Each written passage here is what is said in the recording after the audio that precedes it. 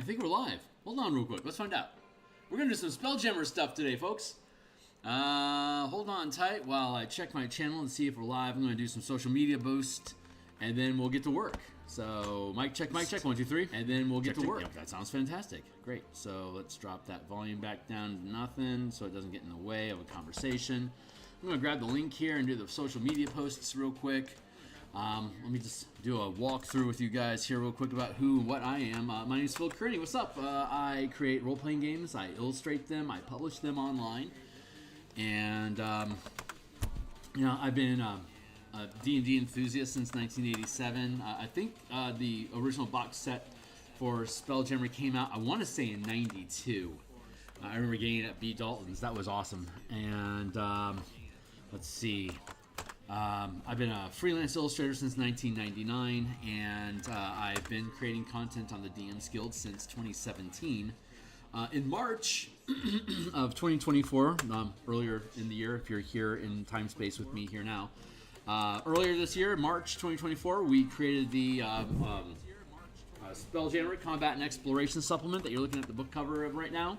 That is a deep dive into 5e mechanics for vehicles, fleets, fighter craft, squadrons, and large-scale structures, combat, as well as exploration and mapping and wild system generators for exploration and space hex crawls in the D&D campaign setting.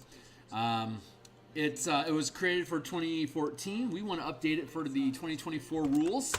I don't think we have to make a lot of changes, but there are some changes that need to be made. And plus, on top of that, we have been working on 2024 subclasses for all 13 character classes, as well as excuse me. We want to expand on the mega kaiju and mecha fightercraft mechanics that we already have in this book. We want to pull them out as a separate piece, expand on the ideas, and provide more examples for people to grok, as well as provide the mecha rules so your characters can run around in warframes anywhere from 10 to 500 feet in size, depending on how big you like your Zord to be. That's the stuff that we're working on right now. I think that concludes my intro. So let me push my screen forward here so you can see in time space with me here now. I'm on the X Twitter platform. If you're still there as well, you can catch me at Theurgy. I post notifications of when we're going live, different artwork that I create for the projects that we publish, invitations to playtests here, as well as like early looks at different books that we're producing, mechanics, coupons, and invitations to playtests. So if any of this stuff is interesting to you, catch me at Theurgy. Here on the YouTubes, I'm also at Theurgy. Like, subscribe, hit the bell icon for notifications of when I am live in the future, which is 10 times per week, either doing artwork in the morning for my next book that's going to publish, or design streams like this on Mondays and Thursday nights, Tuesdays, and Friday lunchtimes like here now.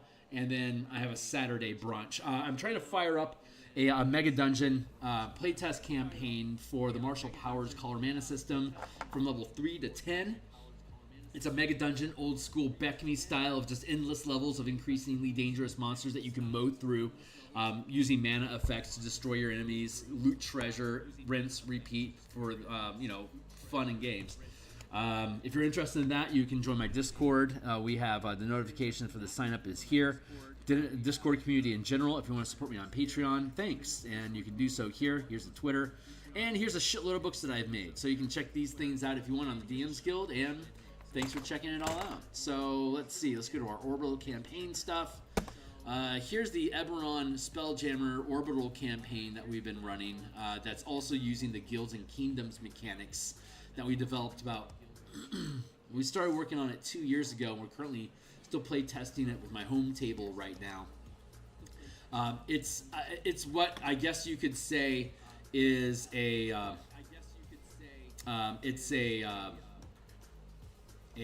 ability check system to run guilds and kingdoms, towns, shops, organizations, temples, churches, anything that anything that has a collective of people more than just yourself working as an organization together. Those are guilds and kingdoms, and we have a tiered rank system for the size and power of the different organizations, what your team can do to acquire them, and what they can do for you as downtime activity. They're mainly adventure hook generators, and we can talk about that another time. But it is we use these guild and kingdom mechanics for my Spelljammer campaign in Eberron that I run. Basically, the premise is that they run an asteroid mining operation, and they have a collection of miners, asteroid delvers, diplomats to communicate with other guilds, and they have mecha fighter pilots that act as a security patrol for the system, for the orbit around Eberron to protect their asteroid territories from monsters and pirates and stuff. So they have basically like anywhere from 3 to 5 different teams of adventurers that run different sorts of missions depending on what's needed during that next like bastion round. Basically, there's a world update every 10 days, and so every 10 days their guild rolls over their resources, collects their bounties on stuff, and then redistributes their assets to perform new tasks. And of those tasks, they can, as characters, they can pursue a complication or drive home a victory that the guild has scored, or they can chase after a personal vendetta separately from anything that the guild is doing. So those are fun mechanics. And then we have here the Spelljammer Warforged Machines, which is takes the fighter craft mechanics that we have in the Spelljammer Combat and Exploration book here. It basically just takes all of these fighter craft mechanics that we have in the book here. Of course, you can read the entire book on DMsGuild if you're interested. Just if you want to read along with me, you can drop down here to Spelljammer Combat and Exploration. Click on that. It takes you here, and you can click on the full-size preview, and it gives you all 107 pages. Just like I have here, all 107 pages. So you get full access to the entire book. Here's the limited set of fighter craft that we created for this supplement specifically. Vessels are large ships that could be anywhere from 50 to 500 feet in size. And you can see here, as we're looking at these layouts for these ships, these tokens are on 50-foot squares. So a space galleon is about 130 feet in length. So you can see it almost fills the 3 squares at the 50-foot scale. This is a 150-foot space that this galleon occupies, as opposed to the Night Spider is a 4x4 space, so it occupies a 200-foot square space. The Hammerhead and the Squid Ship are the biggest that are in the Spelljammer game right now, though we can make bigger. These are 250, occupying a 5x5 space. There's like the Elven Armada, or the Monarch, which is a 500-foot by 500-foot super carrier that's designed to house. You can have tons of star moths that can dock on it. Star moths are 200-foot elven ships. They also have Warhawks, which are 50-foot, basically marine. They're carrier ships. You can fill this up with troops in here as well as on top of the deck. It's got ballista, arcane cannon, and a harpoon flinger here, as well as it can perform slashing attacks with sharpened blade edges. Wing blades is the word I'm looking for slashing attacks, as opposed to, like, say, the Spiderling, which has no arcane cannon, but it's got 2 harpoon flingers, also has a ballista, and it has piercing attacks with its legs, so it can grapple onto your ship and poke holes in you and basically stay on you until its crew can unload and dump on you. Arrows are the smallest craft that we have currently at 15 feet in size. Cuttlefish are a lithid fighter craft. They're 20 by 20 foot spaces, like actual gargantuan size. All these tentacles can grapple, as well as it has an arcane cannon that can, force damage at you. Just a skiff. It's got the helm, harpoon flinger, and a ballista on the back. Or you could unload all the weapons and just have it be a cargo vessel that's hauling. I mean, almost any. Well, the cuttlefish is pretty specialized. The arrow is basically a flying blade, with a harpoon flinger on it. The manta ray can be used as cargo, but like the spiderling is mostly a combat vessel. The warbird, mostly a combat vessel. So most of these are meant for combat. The skiff is the workhorse, like the wagon of the Spelljammer craft. But the Warforged Machines book basically takes the concept of the fighter craft mechanics here, and instead of being animal or boat shaped, they're people shaped. So they become basically war golems, like Escaflowne or Evangelion or Gundam or what's the word I'm trying to think of? Pacific Rim Jaegers is a good example. I think those are like 200 feet tall. Super fun. Anyway, all that stuff is built out through here. You can check out this book, 100% free preview. I think what I want to work on right now specifically, though, is subclasses. So we've gone through, the Artificer turned out good. I'm happy with the Barbarian. I think I'm happy with the Barbarian. Let's check it out real quick. Raising as a pilot, both you and your ship gain resistance to non-magical bludgeoning, piercing, slashing damage. 6th level resilient pilot. If you fail a saving throw as a pilot while you're raging, you can re-roll it. You must use the new roll. You can use this ability only once per rage. Oh, I like that because if you have your concentration scuttled, that's a great caveat. So just to walk through that basic mechanic here real quick for a barbarian pilot. The way that these helms work is you don't need to be a spellcaster to use them. All you gotta do is sit in the chair or be adjacent to it and pay attention. We call it focus. It's not concentration, but it's not just phoning it in, right? So Spelljammer's SAIS, which we established earlier, means Spelljammer's Adventures in Space, published by WotC. Focus. So WotC requires characters to attune to spelljamming helms. However, this prevents a character from spontaneously jumping onto a fighter craft to fly into battle, like jumping onto a Pegasus to ride. So this requirement has been replaced with focus. Many options in the supplement require a creature to focus on devices to use them. For example, an orrery station, a spelljamming helm, and eldritch cannon require focus. To remain focused on a device, you must always occupy the same space or be within 5 feet of a device. But there's no limit to how many devices a character can focus on while within range of each. You can use separate actions or bonus actions to focus on each device. You can focus while maintaining concentration, and if a creature must make a saving throw that affects both, one roll determines if both concentration and focus are maintained or lost. Class features, such as a Barbarian's Rage, that prevents maintaining concentration, don't prevent focusing. Otherwise, focus follows the same rules of concentration. You know, I could probably put this paragraph at the front end, and it might actually be a good idea that I do that. So I've got a little board over here. Where are we at? Page 4. Page 4.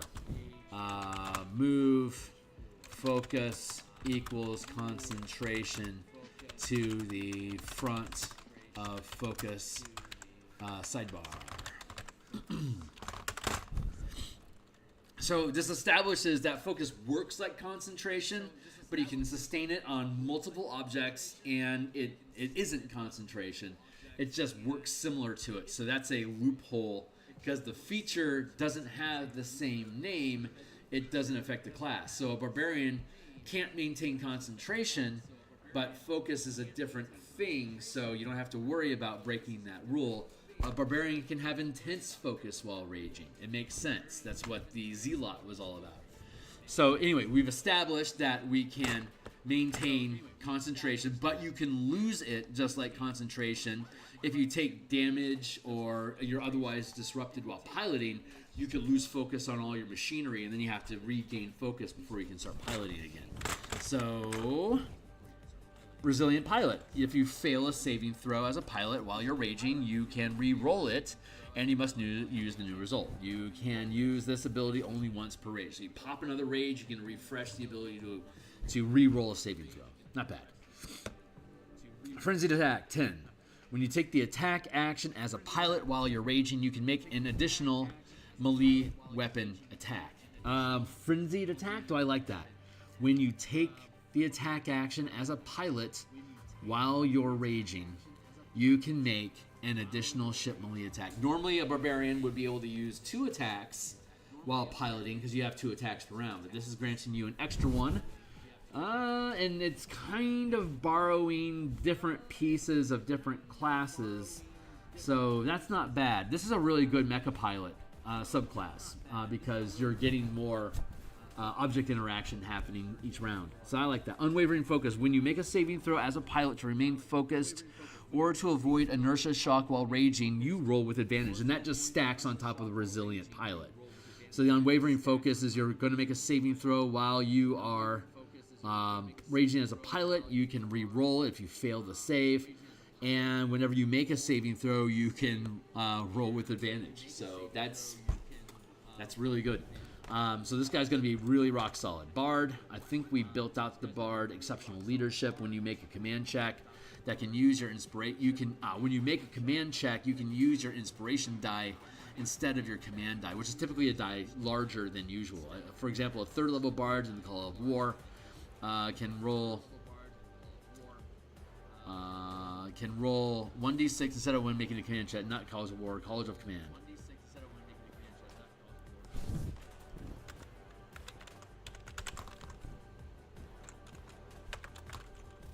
In the College of Command, you can roll 1d6 instead of 1d4 when making a command check, and at 15th level you can roll a d12 instead of a d10.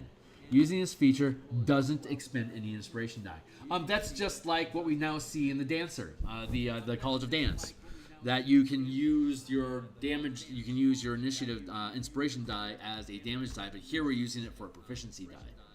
So your proficiency die is 1st level, 5th level, 9th level, 13th level, 17th level, D4, D6, D8, D10, D12. That's a variant rule in the 2014 Dungeon Master's Guide, which was eliminated in 2024, and it's core to the Essence 20 system that did My Little Pony, G.I. Joe, Transformers, Power Rangers. So those are worth checking out. Inspired Commander, 6th level. When you make a command check, you can spend an inspiration die and add the number rolled to the result. In addition, the reload score of the siege weapon is compared to the result of both the command die and the inspiration die. If either result is equal to or greater than the reload score, the crew successfully reloads the weapon. When you make a command die check, you can spend an inspiration die and add the number rolled to the result. In addition, the reload score of the siege weapon is compared to the result of both the command die and the inspiration die. If either result is equal to or... Okay, great. So basically this, since you're already going to be using your inspiration die instead of your proficiency die when you are commanding, then you're going to be rolling that automatically. Now you can roll an actual inspiration die and add that to the result of the attack roll. And if either one of those dice is equal to the reload score for the siege weapon, your crew automatically reloads the weapon for your next attack that round. And of course, the reload mechanics, the larger the weapon, the more damage that it deals, the higher the reroll score becomes. Like a trebuchet has a reload score of 9. So if you're only rolling a D6, D4, D6, or D8, its reload score is 7. So if you're rolling a D4 or a D6, it's literally impossible for you to be able to successfully reload a trebuchet as a free action. You're going to have to spend action economy every turn, every round, to reload that weapon by manually ordering your team and helping them if necessary to reload the weapon, because it's too big for you to be able to automatically load. Your crew isn't good enough. But by the time you get to 9th level and you're throwing a D8 on a 7 or an 8 on the D8, that trebuchet's reload score of 7 automatically, it will succeed, and then it automatically reloads for another shot. So if I'm a fighter with 2 attacks, I make the attack action. If I succeed on the reload die, the weapon is already ready for me to then fire again. If I fail the reload check, I now have to spend either an attack or a reaction to order the crew to reload the weapon. So if I had 2 attacks, I attack, I fail the reload die, I now use my reaction to order the crew to reload the weapon, And when they're done, I can then use my other remaining attack to fire the weapon again. And if I fail the reload check on that second attack, either someone else on my team is going to come by and use their action economy to help the crew reload the weapon. Otherwise, the weapon cannot be used until my round comes back around, and then the first action I'm going to have to use is reload the weapon. Now we can start attacking. So that makes a difference when you want to do opportunity attacks against other ships or large-scale creatures, or if you just want to maintain your action economy. It's good to have two characters working siege crews together, so you can have your action economy, reactions, and bonus actions working in tandem together to combine your action economy to help maximize the number of attacks you can make per round, working as a siege crew together. So anyway, that's the idea that goes behind that. So that's where the Inspiring Commander comes from, why that command die check is so important. And then Reliable Commander, when you make a command check, you can choose to replace the result of your command die with your proficiency bonus number. So instead of rolling the D whatever, D6, D8, D10, D12 eventually, at 17th level you're going to have a 6.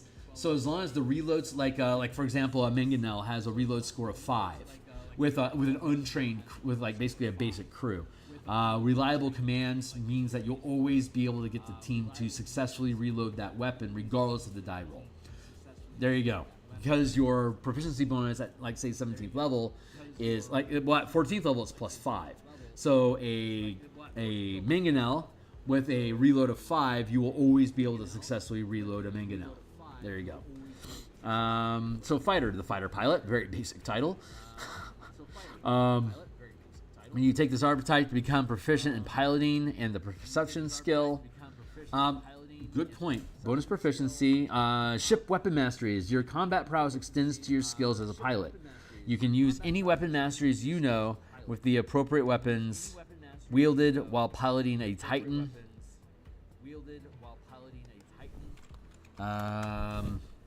Let's see. Okay, so that means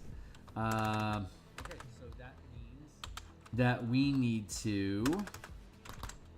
This guy's getting front-loaded with a lot of good stuff. Piloting and the perception skill. Okay, great. Hold on real quick. I'm thinking. I can hear myself, too. Phil deems that unacceptable. Let me fix my volume here. There. That should be better. Okay, well, what do we need to do? We need to do masteries. Ship weapon masteries. Let's see. Tentacles. Grappling claws. Grappling tentacles. Grappling claws. What do we have? Piercing rams. Bludgeoning rams. Piercing rams. Slashing rams. These are the melee weapons that are attached to your ship. So we're going to give each of them weapon masteries because your character can use their action economy to perform combat as crew of the ship. And let's go to the combat chapter here and scroll down. Here's our action economy for ship rolls. So you can see that we have verbal commands, object interactions, actions, attack, which is like inside of actions and bonus actions. And then you have actual bonus actions and then reactions. So help, ward, pilot. I know what we're going to do for the support option with ward, pilot. We're going to modify that one for sure. Give me a second to scroll down to siege command roles. It looks like I could, yeah, no, that's good. Siege command role, squadron commander role.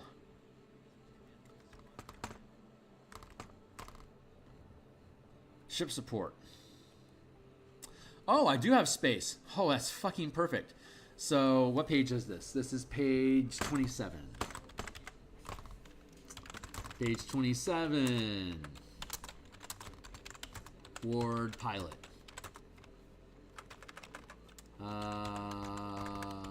Ship's ward.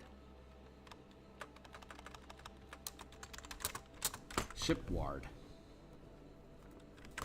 Or do I want to call it ward ship? I'll call it ward ship. Ward ship equals. What just happened? Reaction equals.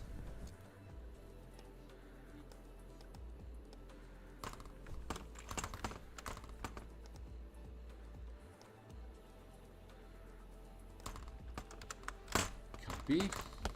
When a pilot or commander aboard the same ship as you choose to take damage for the ship, crew, or squadron, you can choose to take any amount of the damage instead. You cannot drop below 0 hit points this way. We're going to update this. This is a reaction. It is listed as a reaction. That is true. Help reload.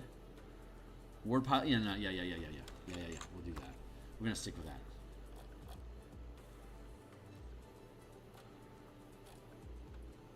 Ward pilot. Cool. Ward ship. Let's see. As a reaction, when your ship is when your ship takes damage,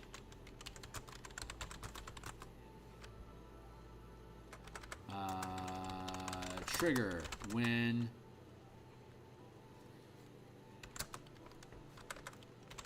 the ship you are supporting takes damage, effect, you create an energy shield that surrounds the space occupied by your ship, granting resistance to bludgeoning, piercing, slashing damage until the beginning of your next turn.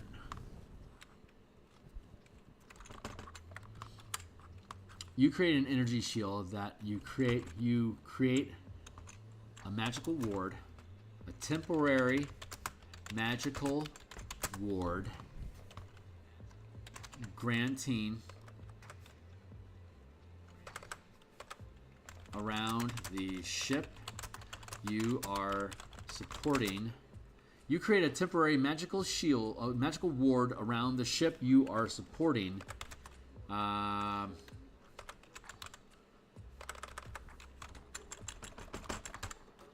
Granting resistance to BPS damage until the beginning of your next turn. In addition, if you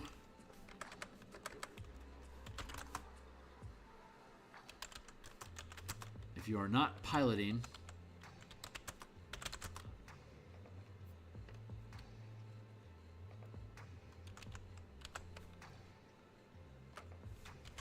while the ship is warded this way, you can choose to take damage instead of the pilot for the ship. You can take damage for the ship instead of the pilot. There you go. So if you want to ward the ship, you can now. The way that it works is that when a ship takes damage, you can let the ship take the damage, or you can take some portion of the damage if you want. So you're basically sharing your hit point pool with your ship. At low levels, that's fucking ridiculous because these ships have hundreds of hit points. So it sounds like you're irrelevant. But if you're in a fighter craft, like if you're a 7th level character in a fighter craft, you're probably going to have anywhere from like 60 to 100 hit points. And a fighter craft could have anywhere from like, say, like 30 to 100.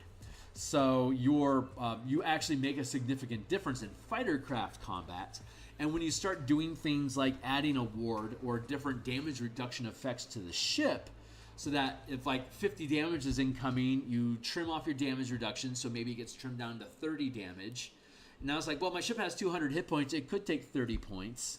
Or I could throw up a ward, and that 30 damage now becomes 15 damage. And now maybe I don't want my ship getting, because it takes a while to repair your ship compared to healing people.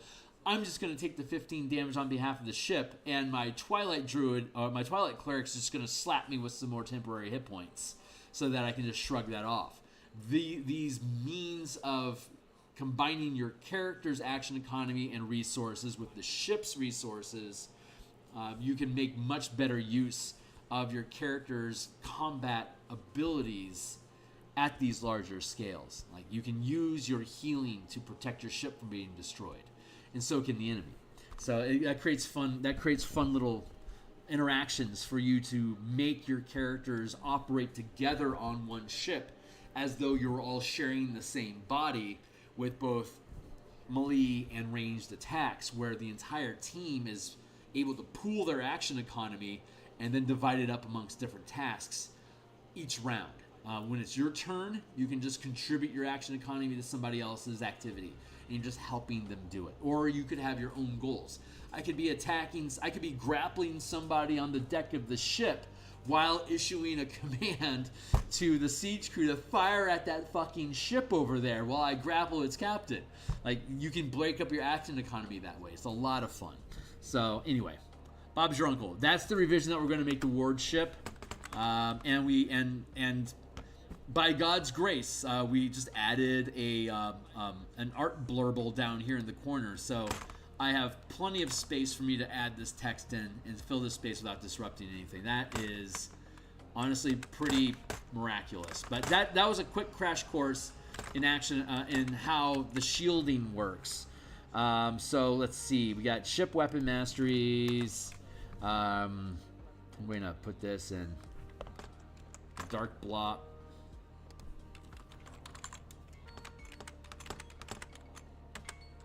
Beep, burp, beep, burp. Thank you, alarm.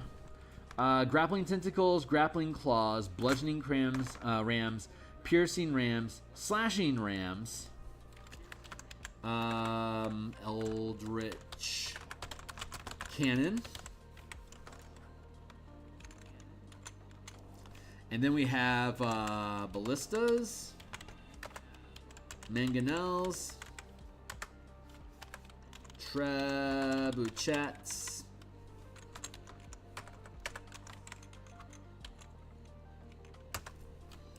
and Gith cannon, and harpoon flingers.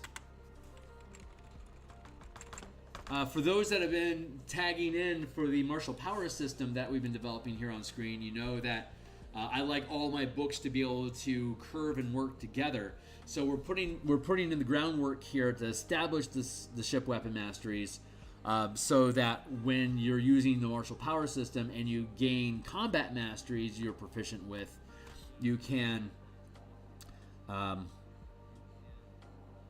automatically you can make use of those automatically. So grappling tentacles. What we need to do is let's go visit our weapons and see what they do. Weapons and crew.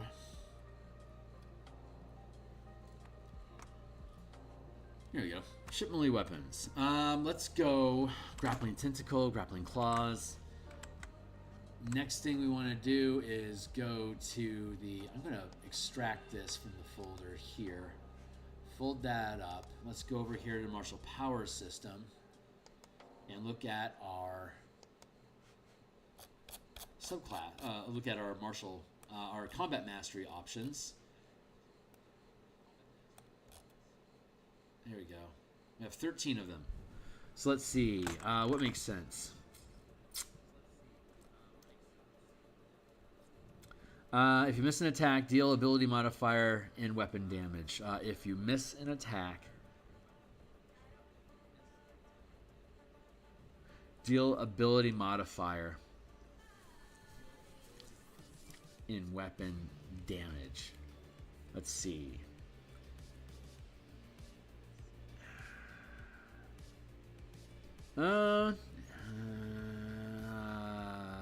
Ability modifier.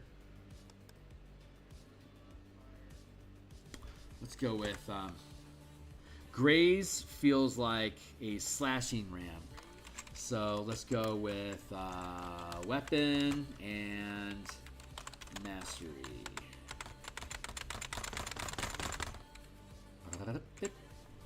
And we'll go back to the slashing ram. We're going to go with, what was it? Graze.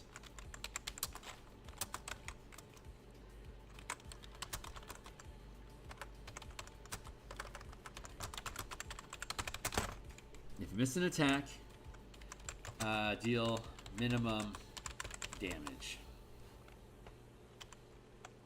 Roll. That's actually important because a slashing ram does 2d, like say 2d6 times 10 damage. That would mean that if you miss, you'll do at least 20 damage. If you're performing a ramming attack, like actually a ram, instead of 2d6 times 10, it would be 3d. It could be d6, d8 to 10. It depends on the size of the ship. But just going with d6. So if you're actually performing a ram, it's 3d6 times 10. So if you miss with the ram attack, you get the graze, which is be 30 damage. So even if you're fighting a metal craft that has a damage reduction of 20, a ramming graze will be able to cut through that. Actually, that reminds me, because I don't think I really spelled out. I'm gonna go to like page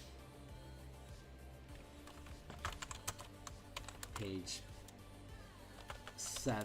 I bet is where I need to be at. Page 7 and page 9 as well. Page 9,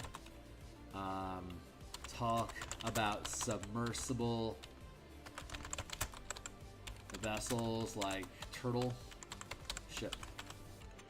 Page 7, spell out when DR versus resistance versus dividing damage occurs. These are things that can be clarified and should be. But let's keep on. So if you miss an attack, deal minimum damage, because you don't add your ability. When you're dealing 3d6 times 10 damage, adding +2 because of your dexterity modifier is stupid. So the 2 points of damage wouldn't break through anybody's damage resistance. So we have to modify it, and this is how we're choosing to do that. Graze, let's see. Nick doesn't count. Push. Oh, bludgeoning ram. Let's go with, well, we already kind of have features in here. We got scuttling and grappling. Those are technically,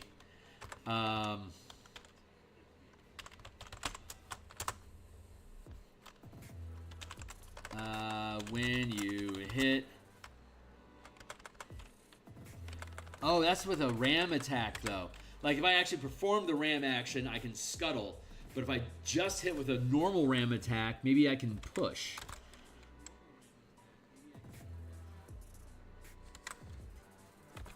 Push. Move.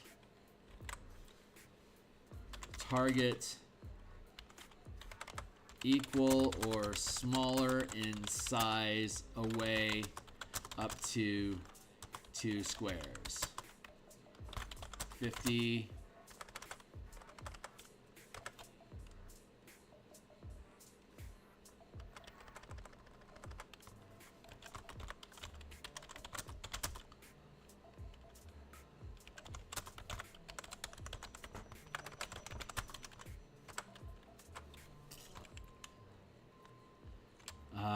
Move target equal or smaller in size.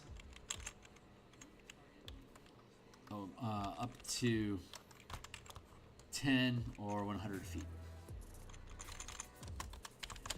Vessels at the 5-foot scale.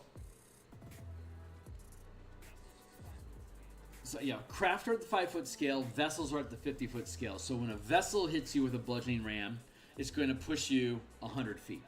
if it hits you, if a fighter craft hits you with a bludgeoning ram, 10 feet doesn't sound very significant. Push target equal or smaller size up to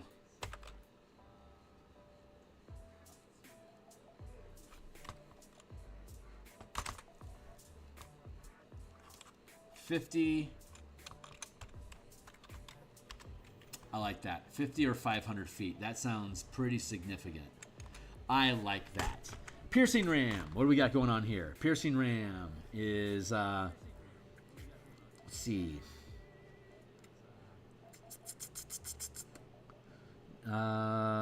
Sap. Piercing Ram. Topple. Vex. You can't really make ships prone, so topple doesn't make sense. That would effectively use scuttling. Scuttling is effectively prone. It's kind of the same thing. Slow step, sap. Sap is when you hit a target. Hit target has disadvantage on next attack. Hit target. Sap.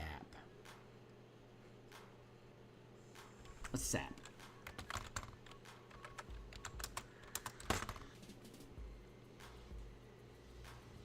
Hit target has disadvantage.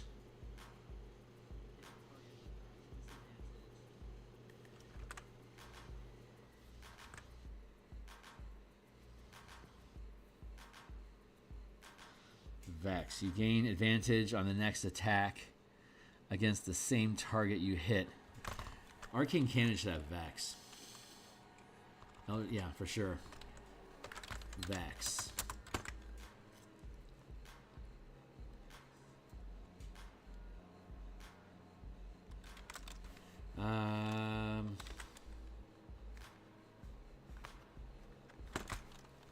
You gain advantage to attack.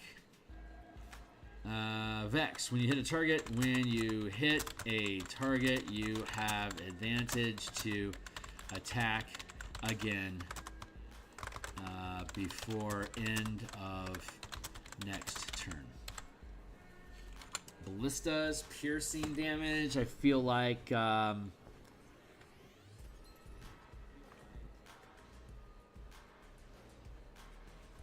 if your attack hits, you can make a second attack against it. Yeah, cleave doesn't work because ships are too big. Let's see. Graze, disarm, push. Hit and damage reduces target speed by 2 squares until slow. Let's go with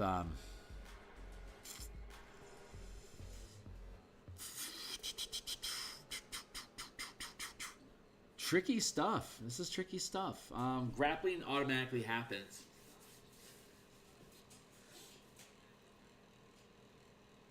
I guess that kind of folds. I guess that kind of folds it in.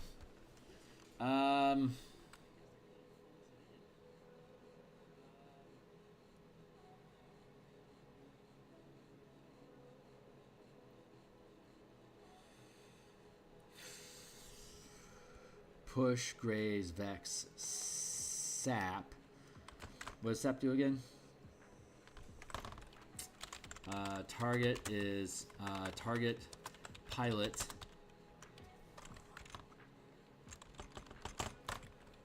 I like it on trebuchet. Trebuchets are big. Pilot, target pilot.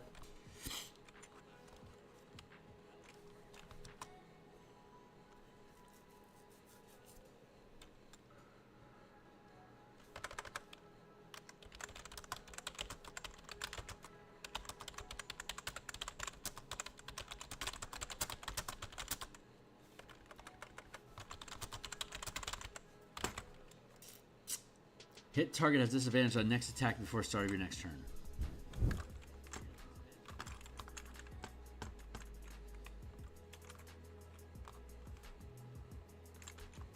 Yeah, target pilot makes next attack at disadvantage at dis before the end of your next turn. Until the start until the start of your next turn, period.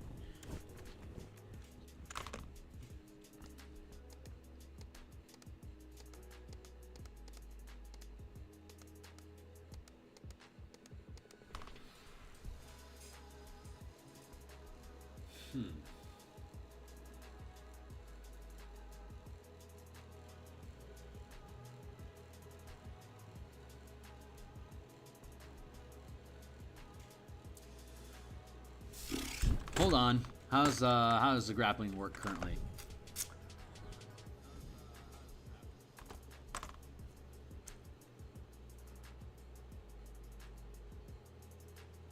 When an attack hits, you can choose to grapple the target.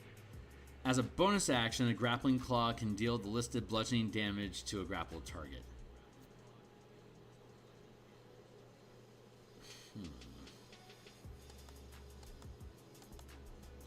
I mean, yeah, these are all...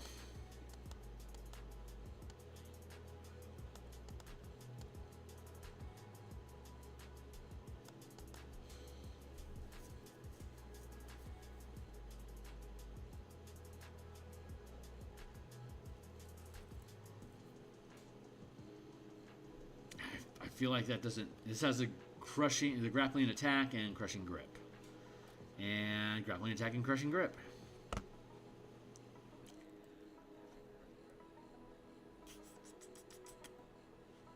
Could make it a mastery.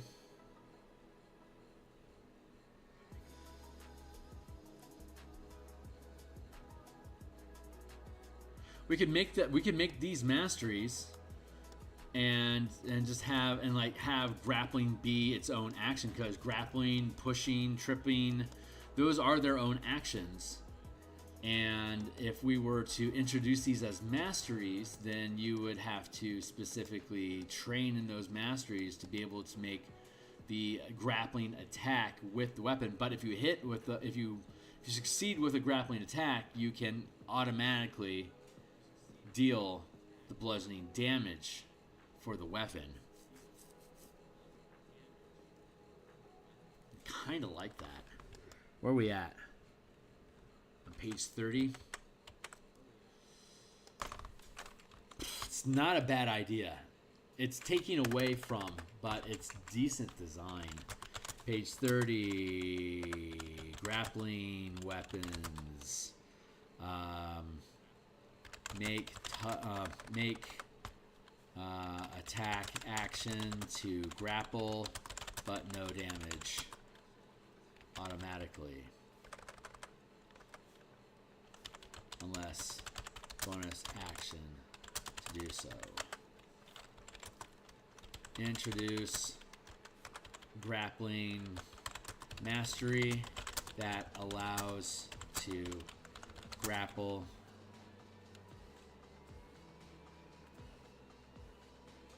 Introduce grappling mastery that allows to grapple on hit as part of hit.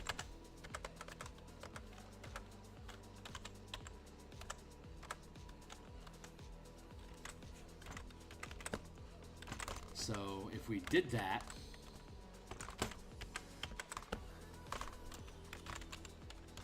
grappling, when you hit with an attack, automatically force grapple save.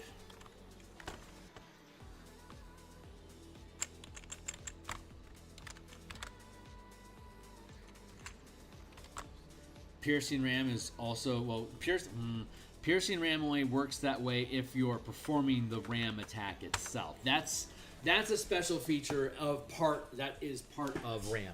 So I'm okay. Let's reconsider that real quick. Hold on. Let's go visit the ramming rules, specifically about ramming.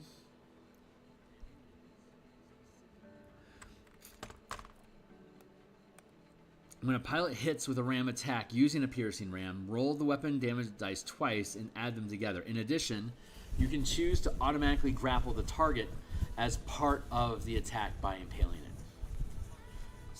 So we're automatically getting that when we charge.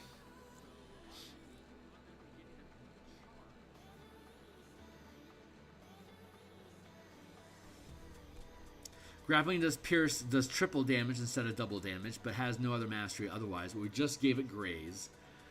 And bludgeoning, when a pilot hits with a ram attack using a bludgeoning ram, roll the damage dice twice and add them together. In addition, you can choose to automatically scuttle the target as part of the attack. And these are just specifically making ram attacks. In addition to making ship melee attacks, rams have the following properties when used in a ram attack, which we described above. And I think I'm okay with those sticking.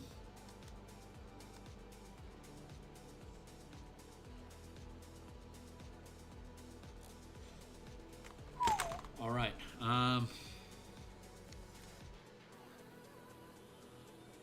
Push makes sense. It's scuttle or push, so that's cool. And pop.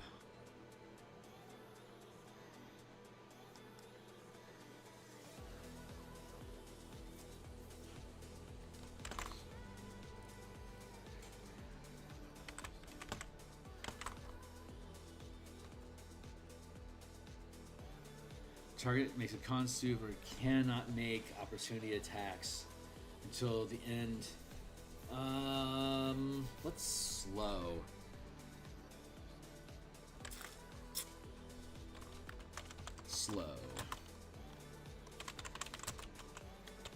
Target ship speed is reduced by 2 squares until end of next turn. There, next turn. Period. That makes sense.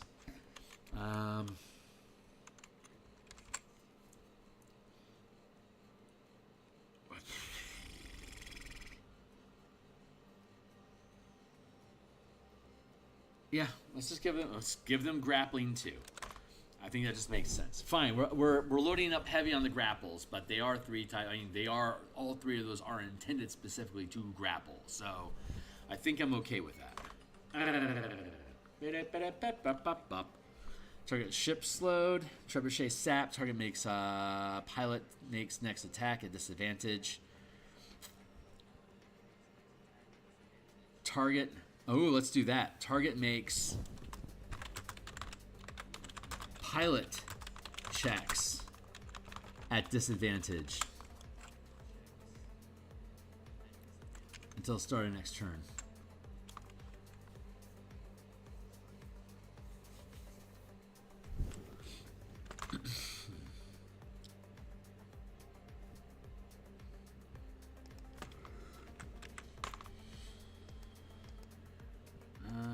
Let's see. Ballista.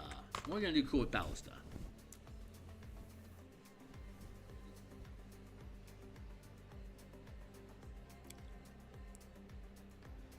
Gain advantage on the next attack roll. I love that with the Eldritch Cannon.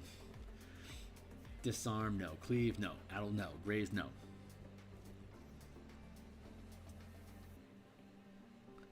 Addle. Target makes a con save or it cannot make opportunity attacks until the end of the next turn.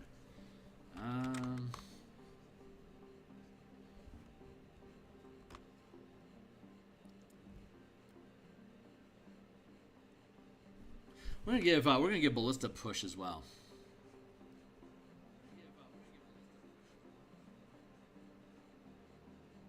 $50 feet is too.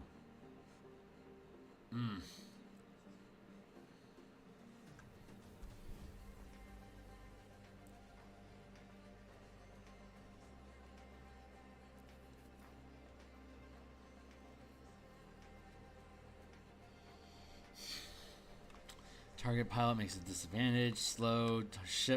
Target ship speed is reduced by 2 squares until the end of the next turn. Nick. God, Nick doesn't make any sense. Blind and deafen. That doesn't make sense. Graze. If you miss an attack, deal ability modifier and weapon damage.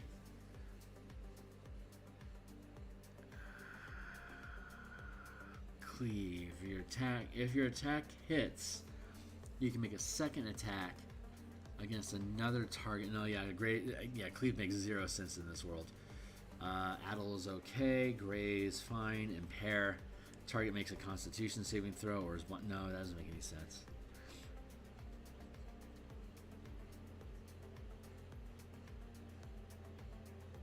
Target is blinded and deafened. It almost makes sense. Nick, 2 weapons. No, push. The pushing is too strong for the scale weapon. I can't put that scale into some other weapon. So bludgeoning ram is the only one that makes sense with when you hit a target, you have advantage to attack again for the end of the next round.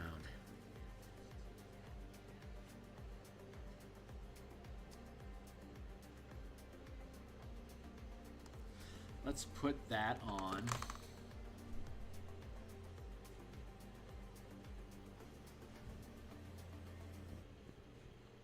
To attack again for the end of next turn. When you hit a target, you have advantage to attack again for end of the next turn.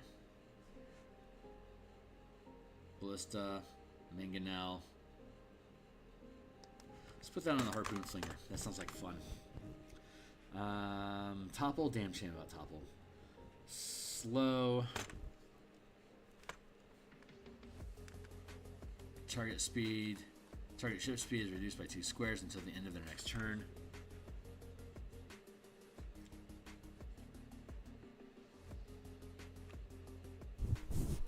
Next attack.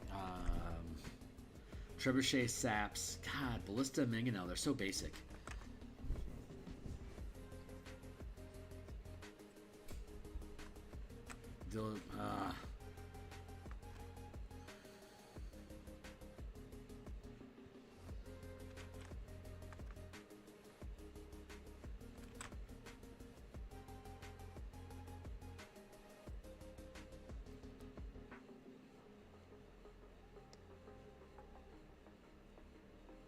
No, yeah, we're gonna put that on a ballista. This is really good because if you're firing multiple ballistas as a volley,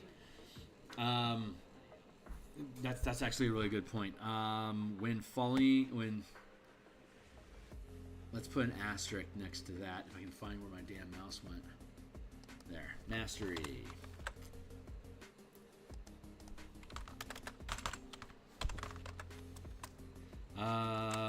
When attacking with a volley of different weapons, you can choose one mastery. You can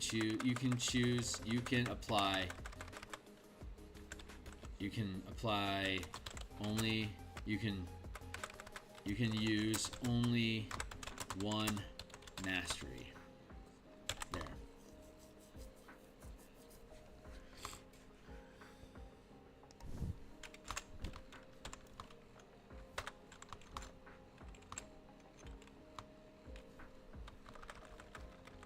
When commanding multiple weapons or ships to attack with different weapons, with different types of weapons.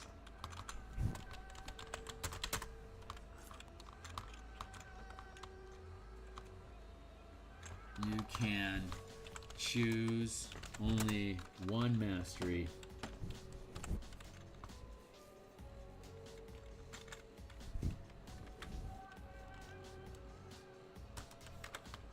Which applies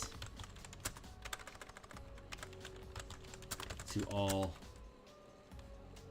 weapons, whether they normally have the chosen mastery or not.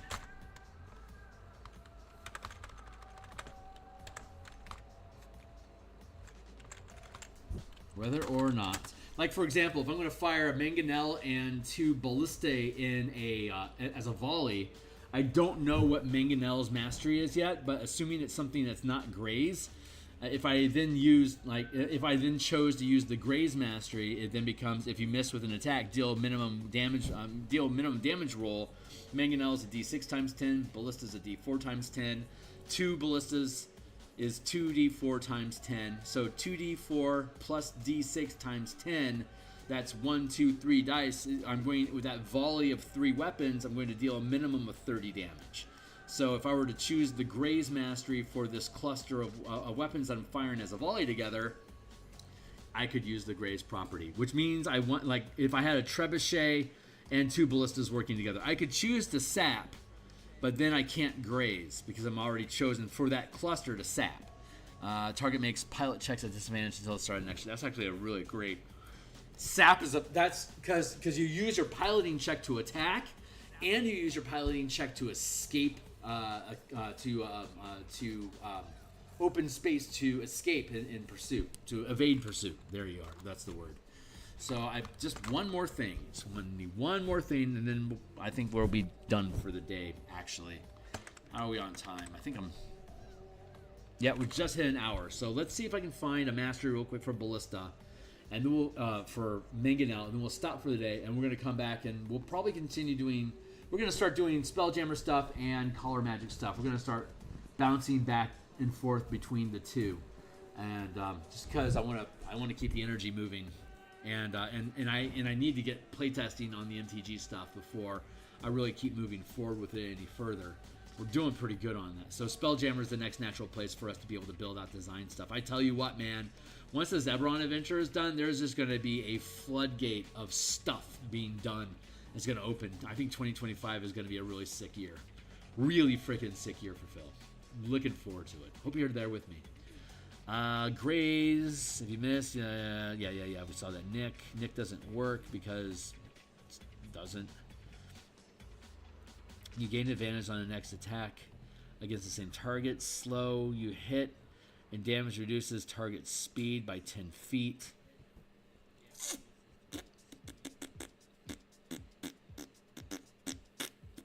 We could do...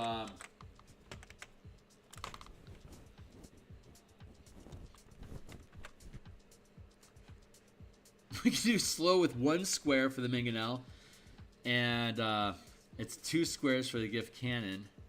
That's interesting. When you hit a target, you have advantage to attack again before the end. For end of next turn. Huh.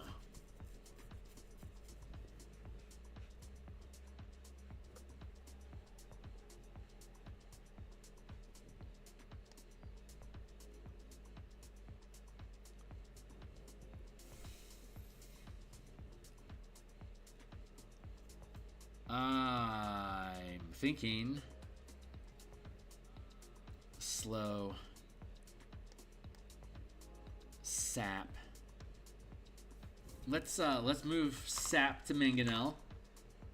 Let's move slow to Trebuchet. Let's reduce the square reduced by 1.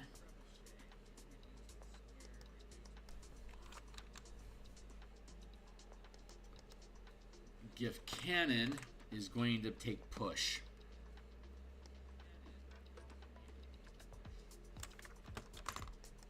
There, we did it. Check at disadvantage until the start of the next turn. I like that for the Mangonel. That's great. Grays for the Ballista. Eldritch Cannon.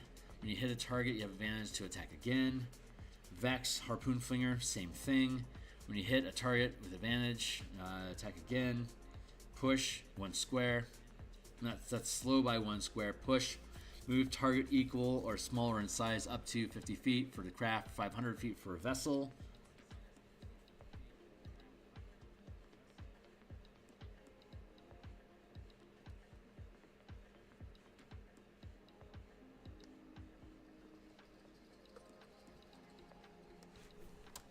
Up to 50 feet, just 50 feet.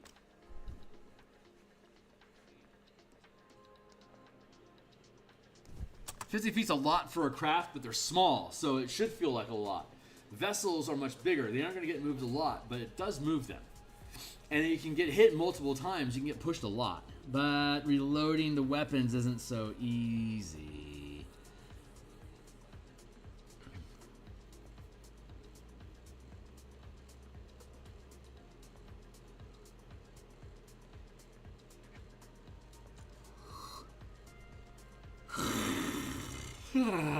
Don't mind me.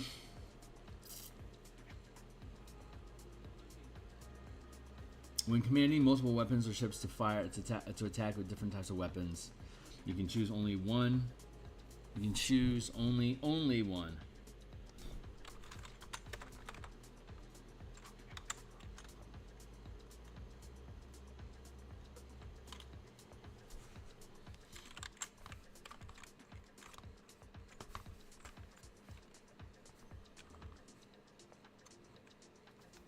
Okay, great. Well, that's we made some progress today. I'm really happy with that. Yeah, I'm actually really happy with that. I hadn't thought about masteries on the weapons. That's really fucking cool that we would do that. So we need to go to our board of grapple targets. That's page 30.